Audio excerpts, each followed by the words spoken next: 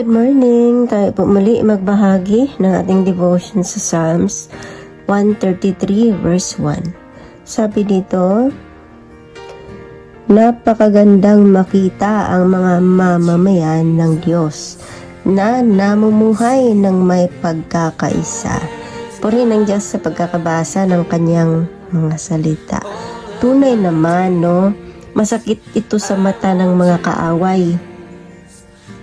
Kapag ang isang komunidad, ang isang church, nagkaisa, ang gaan, lahat ng mga gawain, lahat ng mga plano, pag pinagkaisahan, napaka-smooth, ang ganda.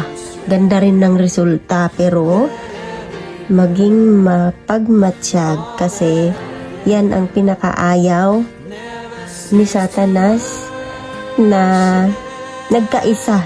Kaya talagang dapat maging aware tayo. I-guard natin ito, na hindi siya masira. Kasi kapag may isa doon na na-infect, na-pollute, yun na yung ang hirap umusad, ang hirap magdesisyon, ang hirap gumawa ng mga plano kung mayroong hadlang. Kaya napakaganda talaga kapag may pagkakaisa. Yun lamang po. Magandang araw.